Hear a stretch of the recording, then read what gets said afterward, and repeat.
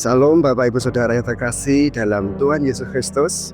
Bertemu lagi dalam channel YouTube GKJ Selokaton dalam program Mantra Firman Tuhan di antara kita. Bapak Ibu, marilah kita belajar tentang firman Tuhan pada saat ini.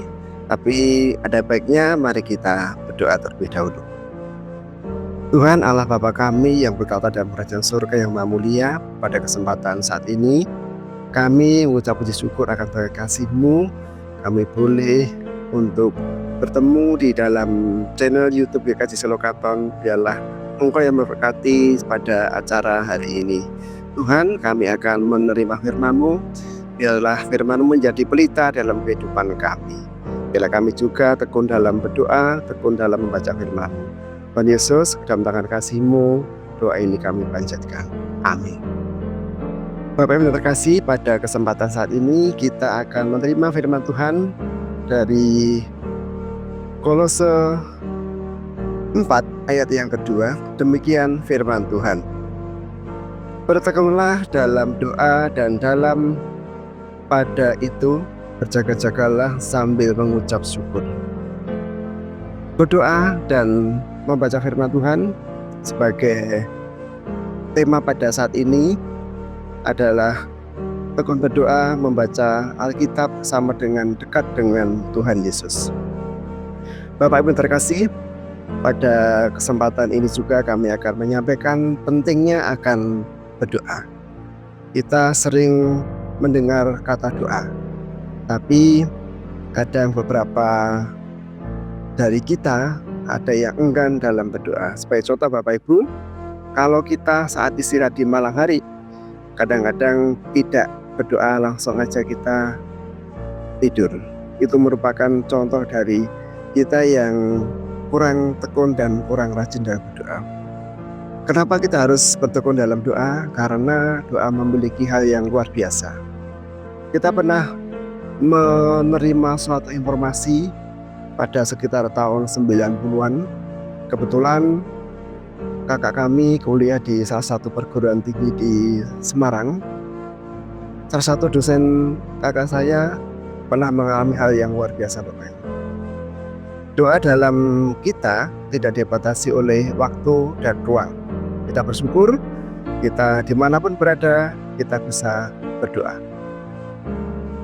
Hal itu terjadi di daerah Sumatera saat ada kegiatan seminar. Beliau diundang oleh salah satu perguruan tinggi di Sumatera sebagai narasumber. Saat perjalanan dari hotel menuju ke tempat seminar, beliau bersama dengan sopir dan seorang profesor juga. Kebetulan dosen tersebut duduk di sebelahnya pengemudi, kemudian Bapak Profesor di belakang. Di saat yang sama, dalam perjalanan itu karena jalannya yang mulus dan lurus dan tidak ada halangan sama sekali, apalagi menggunakan mobil Mercy, dengan kecepatan yang tinggi, tidak terasa. Bapak Ibu, tepat pada detik-detik yang menegangkan karena ada sebuah mobil tangki dengan posisi yang terus berbelok ke kanan, dalam arti menuju ke mobil Mercy tersebut. Pak dosen dalam hati, wah ini pasti terjadi benturan yang hebat. Benar Bapak Ibu? Dalam sekian detik, karena Bapak dosen ini adalah seorang yang percaya juga pada Tuhan Yesus, dia menggunakan waktu yang sempit ini dalam hatinya dan berdoa. Tuhan Yesus, kami serahkan jiwa raga kami ke dalam tangan kasih-Mu. Terjadilah tabrakan yang luar biasa. Mobil tersebut hancur, pengemudi, kemudian Bapak Profesor meninggal dunia. Kiranya Bapak Ibu, Bapak dosen ini dia jatuh di pinggir jalan dan tanpa adanya luka sama sekali. Dia berpikir kenapa hal terjadi seperti ini. Akhirnya dibawa ke rumah sakit dan saat dalam pemeriksaan dinyatakan tidak ada cedera sama sekali. Kemudian Bapak dosen ini ke suatu toilet, ada cermin kebetulan. Dia melihat di bawah dagu terdapat cakaran seperti jari seseorang. Kemudian dalam hati Bapak dosen ini percaya bahwa itu merupakan tangan kuasa Tuhan. Dia mengambil dalam mobil, dia tempatkan pada posisi yang aman. Bapak Ibu terkasih, ini merupakan contoh gambaran kisah nyata yang kalau Bapak Ibu berkenan silakan juga lihat di YouTube dalam hal solusi. Dulu pernah ditayangkan pada salah satu stasiun televisi swasta nasional. Dan kebetulan setelah sekian lama kami mendengar berita dari kakak saya, di suatu waktu selang berapa tahun, sekitar 7 tahun, kami melihat program tersebut di malam hari. Benar Bapak Ibu, seperti yang dikatakan oleh kakak saya. Dan ini merupakan hasil dari doa. Doa yang spontan dan langsung dijawab oleh Tuhan. Kita ketahui doa-doa kita sangatlah berkenan di hadapan Tuhan. Walaupun dalam doa juga tidak segera dikasih apa yang kita mau oleh Tuhan. Karena Tuhan tahu bahwasanya Tuhan mengerti akan kebutuhan kita. Bapak Ibu yang terkasih, doa ini memang penting sekali dan kami juga pernah mengalaminya pada tahun 2002.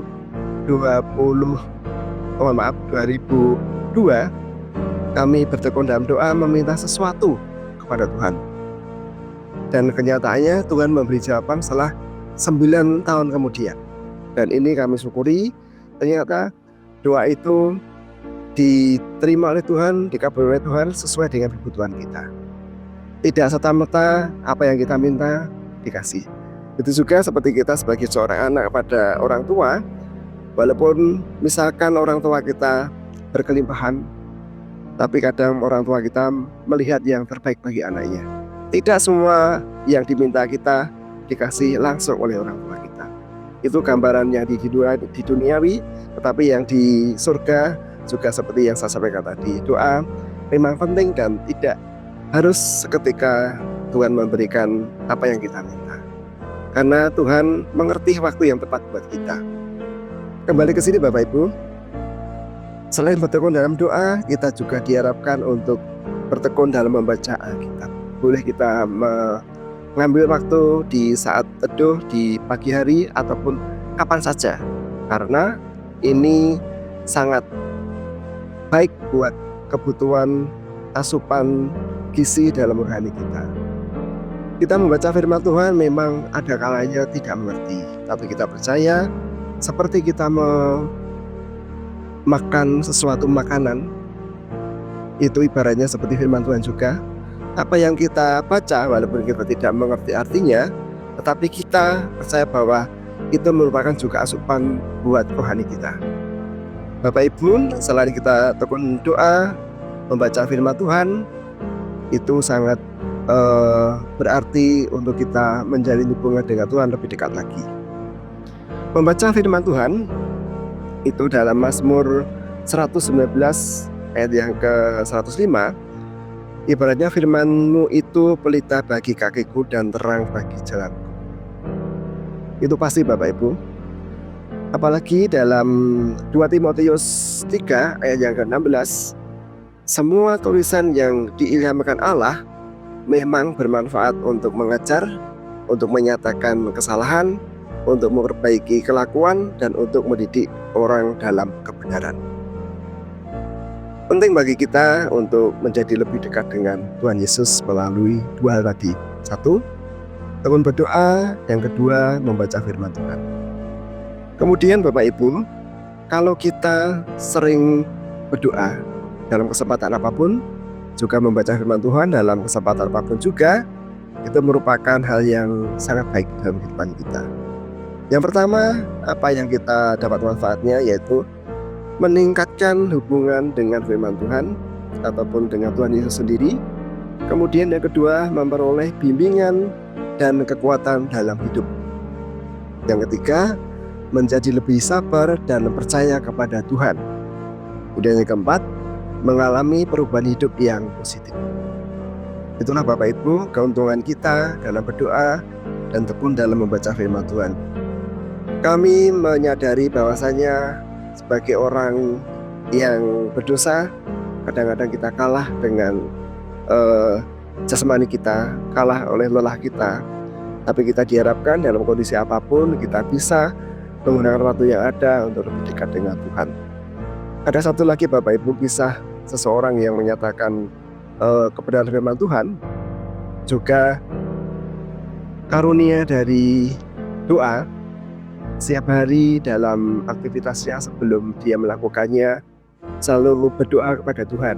Dan perjalanan aktivitas dan pulang ke rumah dia selalu berdoa. Suatu waktu seseorang tadi mengatakan menggantungkan tas kecil di dalam ataupun di plat nomor sepeda motor. Dia memiliki keinginan setelah itu dia mengambil tas yang besar dan mengambil tas ini masuk ke dalam tasnya yang besar.